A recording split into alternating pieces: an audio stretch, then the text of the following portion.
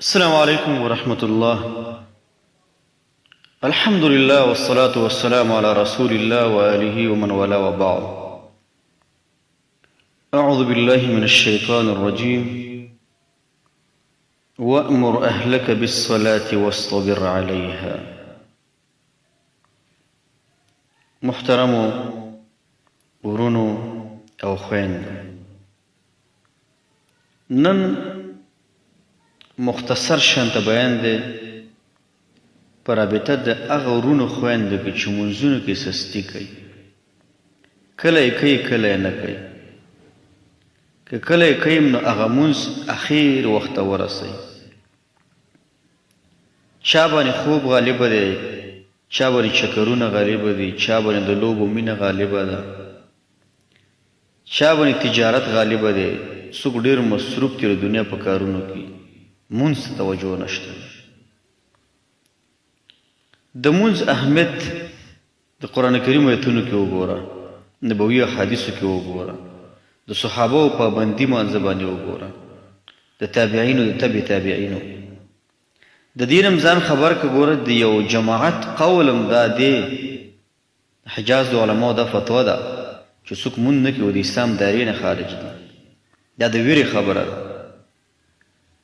لمونځ د اسلام دویم رکن دی. د قیامت په ورځ به تر ټولو مخکینۍ پوښتنه د مانځه په رابطه کېږي. امام ترمذي رحمه الله روایت نقل کړی که نه، ان اول ما يحاسب به العبد يوم القيامة من عمله صلاته فإن صلحت فقد أفلح وأنجح وإن فسدت فقد خاب وخسر.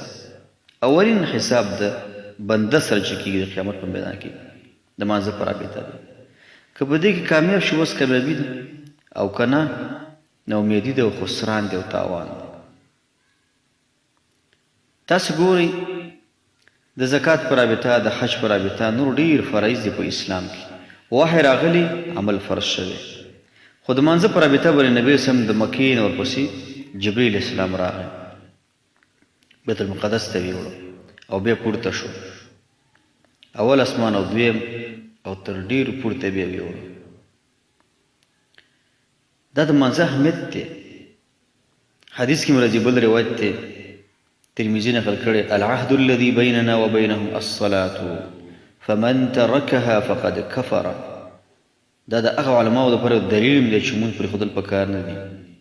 هغه ژمنه، هغه وعده چې زمونږ او د هغوی ترمنځ دی، د کفارو ترمنځ، فارق په دې منځ کې څه شی دی چې هغه مونځ دی. قدرمندو په کورونو کې خپلو اولادونو ته د مانځه امر وکوئ. داسې روزنه د خپلو بچو وکئ، داسې روزنه چې هغوی سره مینه د مانځئ. مینه کوم علما چې دا غټ غټ علما په تاریخ کې چې موږ تاسو نومونه چې اورو، دا ابتدا نه د دوی والدینو دا مسؤلیت ادا کړی دی، د منځونو سره عادت کړي، د عباداتو سره عادت کړي دي. کله چې د زوی منځ کو ښایسته ښایسته یو تحفه ډالۍ ورته ورکړه، جامې ورته واخله، وایستایه د دې سره دعاګانې بچو ته کوه چې د منځونو پابند شي. حدیث کې راځي، مسند احمد کې دا روایت دی، مروا ابناءکم بالصلاة ل7 سنین واضربوهم علیها ل10 سنین. اولاد ته امر کې مانځه باندې وکلنۍ کې او هغه جائز قدر وال ورته ورکړي، لس کلنۍ کې چې کله مونځ نه کوو. هغه آیتونه او هغه احادیث دې اولاد ته ولوله، تکرارا ورته ولوله چې په هغې کې د مانځه اهمیت او فضیلت دی، چې هغه په دې باندې پوه شي. مهم مسله ده. وأمر أهلك بالصلاة واصطبر عليها. خپل د کور د غړو د افرادو د مانځه امر وکړه او هم دې په همدې باندې ژمن اوسېږي. په دنیا کې چې ته کوم د زړه سختي ګوري او د بد حالت ګوري، دا ټول د مانځه سستوب د وجې نه دي. الله به تا ته بیا د هېڅ نیک عملي توفیق نه درکوي. د دې وجې نه د مانځه د پرېښودلو سره د دنیا بدبختي هم ده او د آخرت بدبختي هم ده. زموږ ډېر زیات خلک څوک د یو څه نه شکایت کوي، د کورني مشکلات، څوک د بل څوک د بل، خو د هماغې رور نه چې پوښتنه وکړي دا د منځونو پابند نه دی. زړه به هم سختېږي، خفګان هم پرې راځي، کور کې به اختلافات هم پیدا کېږي، قسمه قسم ناخوالو سره مخ د مانځه پابند نه دی. مهم عمل دی دی په غم کې نه دی. بله خبر دا تر ټولو مهمه چې ده په کورونو کې د منځونو پابندي به د والدینو مشران خلک چې کله مشران ټوله شپه تلویزیون ته ناست دي یا بل څه څاري یا بل څه څاري، نو تاسو چې منځونه نه کوئ کشران هم بیا نه کوي. اره اذان چې اورئ فوراً پاڅېږه. که ته په کور کې خبرونه تعقیبوې، که ته یو کتاب ګورې، که ته هر کار کې پاڅېږه. زنانو ته امر کوه، نارینهو ته منځونه وکړئ، فوراً منځونه وکړئ. عمر بن عبدالعزیز رحمه الله هغه به دومره پابندي کوله په دې خپل کور کې په ښځو او بچو دو باندې چې د جمعې په ورځ به ټول کور ته امر کوه بالغسل وکړئ. جمعې د ورځې غسل به په زنانه او په نارینه په ټولو باندې هغې په پابندۍ سره. ما او تا به داسې تربیت واخلو که ما او تا په دوکان کې او که په پټي کې او که په لاره باندې روان یو، بس چې اذان دې واورې مسجد ته ځه. او دا تربیت کور کې زنانو ته هم ورکوئ چې اذان تاسې اورې ټول کارونه پرېږدئ. اگر که تاسې وضعیه جارو کوئ، اشپزخانه کې به کار کوې، بل کار به کوې، بل کار به کوې، فوراً لوټه راوله او داسې کوه مونځ وکړه. دا مونځ په ښایسته شکل باندې وکړه. سکون به الله درکړي، خوشحالي به الله درکړي، د مخکې به د نور الله پیدا کړي. د لمانځه وختونو ته پابند اوسېږه. نن وخت کې د هر چا سره الفجر ساعت شته دی، ته کولی شي ټیمونه معلوم کړي. اذان دې وانه اورېده، الفجر کې تا سره وخت شته که نه؟ وګوره چې وخت داخل خپل مونځ وکړه. مونځ مه پرېږده، مونځ کې رستوالی مه کوه، ځنډوالی پکې مه راوړه، دې ته یې مه راوړه چې تا نه قضا شي او بیا ته بل وخت دا راګرځې.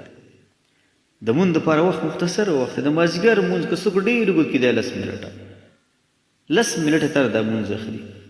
خپل هغه مهالویش تقسیم اوقات کړي، دا مونځ دې راوړه، دې ته هلته ورځه مسجد ته. که ته د منځونو پابندي نه کړې، نو ګوره د قبر ژوند را روان دی، د اخرت ژوند را روان دی. داسې سختۍ را روانې دي چې ډېرې زیاتې سخت دي. خاص کر هغه ورونه هغه خویندو له زما خطاب دی چې د چا عمر 40 کاله دی. ته خو داسې ترتیب کوه چې په کلاره کلاره خلکو سره ماښام کوه، او په کور کې چې څومره خلکو په تا قرض دی، ستا په خلکو قرض دی، دا په کاغذ کې ولیکه. او هره شپه دا سوچ کوه چې زما به دا اخري شپه وي. هره ورځ ووایه دا به زما اخري ورځ وي. 40 کلونه وروسته سلفو به څه کول؟ صحابه و تابعین تبع تابعین د دنیا مشاغل به یې کمول، کارونه به یې کول، د اخرت په طرف به یې کارونه څنګه کول؟ دا کارونه به یې ډېر قوي کول، ځکه چې عمر دې 40 شو. ډېر خلک عمر یې 40 د مونځونو غم کې هم نه دی. مونځ ما وکړو که مونځ ما نه پاتې شو، نه، داسې ځان سره مه کوئ. هغه ملګري سره مه ګرځه، خور ته یم هغې بلې خور سره مه ګرځه چې مونځونو پابنده نه ده، ځکه هغه ستا په ژوند باندې اثر کوي. المرء على دین خلیله فلینظر احدکم من یخالل. ډېر دقت کوئ، د الله نه غواړه، دعاګانې کوه چې یا الله ماله توفیق راکړي د مونځونو، د دې 5 وخته مونځونو توفیق راکړي، د دې سره وروسته او مخکې د سنتو توفیق راته راکړي. کله چې حي علی الصلاة حي الفلاح واورې، لا حول ولا قوة الا بالله هو، ستا په زړه کې به تنګوالی الله دې سره ختم کړي. حسن بصري رحمه الله ته چا ویل، و زه ډېر کوشش کوم چې د سهار لمانځه ته راپاڅېږم، خو نه شم پاڅېدلی. ورته وایي قیدتک ذنوبک، ګناهونو ایثار کړی، ګناهونو ایثار کړی. د دې وجې نه ځان په هغه شبکو په تلویزیون او په انټرنیټ او په سوشل میډیا کې ځان دومره مه معتاد کوه چې همدې کې مصروف وي او مصروف یې هېڅ وخت تا سره نه ته مونځ وکړي. ته په دې انټرنیټ کې دومره مصروف یې لکه نن وخت د خلکو دپاره انټرنیټ د بعضو خلکو دپاره سبب د دې ګرځېدلی چې مونځونه پاتې شوي، د خلکو جنازه پاتې، د مریض پوښتنه پاتې ده، ټول نیکیانې ورنه پاتې دي او په دې کې مصروف دي. دا خو د ضرورت دپاره یوه آله ده، یوه وسیله ده، دې دپاره یې استعمالوه. د مونځونو ډېر پابند اوسه. عمر رضی الله عنه ګوره چې وفات کېږي، اهم وصیت د هغه ملګرو له د مونځونو پابندي وه. نبي علیه السلام چې کله وفات شوی دی، د دې وفات نه مخکې ګوره ملګرو له اولینه خبره د مانځه کړې ده چې د مانځه ګوره ډېر پابندي ګوره وکړئ، ډېره پابندي د مانځه ګوره وکړئ. حدیث کې راځي من توضأ للصلاة فأسبغ الوضوء ثم مشى إلى الصلاة المكتوبة فصلاها مع الناس او مع الجماعة او في المسجد غفر الله له ذنوبه. ګوره چا چې اودس وکړو د کوره ووت او مونځ به جماعت سره وکړه، الله به د ټول ګناهونه معاف کړي. څومره بهترینه خبره ده او څومره قیمتي خبره ده چې ستا د دې سره څه کېږي، ګناهونه دې ورسره ختمېږي.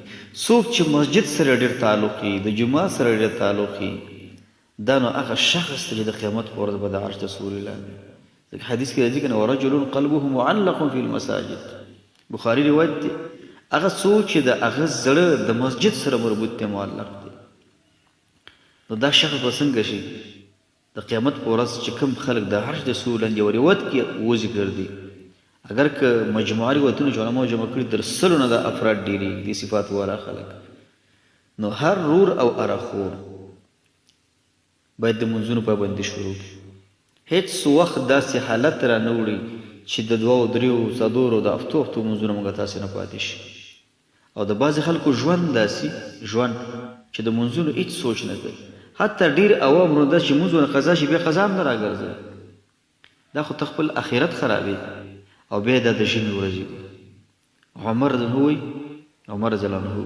وایي الشتاء غنیمة العابدین ژمی چې دی دا د عابدینو خلکو دپاره ښه غنیمت دی اوږدې شپې دي ماخوستن مونځ چې وکړو فورا خوب 3 بجې 3 نیمې راپاڅېږه او 8 رکعته مونځ وکړه وتر مخصن کې پرېږده بیا 3 رکعته وتر وکړه او یو 10 منټه دعا وکړه نیم ساعت دعا وکړه په څومره مشکلات موږ تاسې راځي ته مشکلات لري داسې د چا کور به نه اگر که ډېر سرمایهدار وي چې د مشکلاتو نه خالي نه د هر چا کور کې مشکل دی د ګاونډي مشکلات به دي د بل خپلوان به د بل د اسلامي امت مشکلات وګوره هر چا ته دعا وکړه ټول مؤمنانو مسلمانانو ورونو خویندو دا ټول خلک په دعاګانو کې یادوه او د رب سره تعلق ساته ته یو 2 میاشتې یا 4 ورځې مسلسل د شپې تهجد وکړه او ګناهونه مه کوه ته به دې ګورې ستا په ژوند کې څومره انقلاب راځي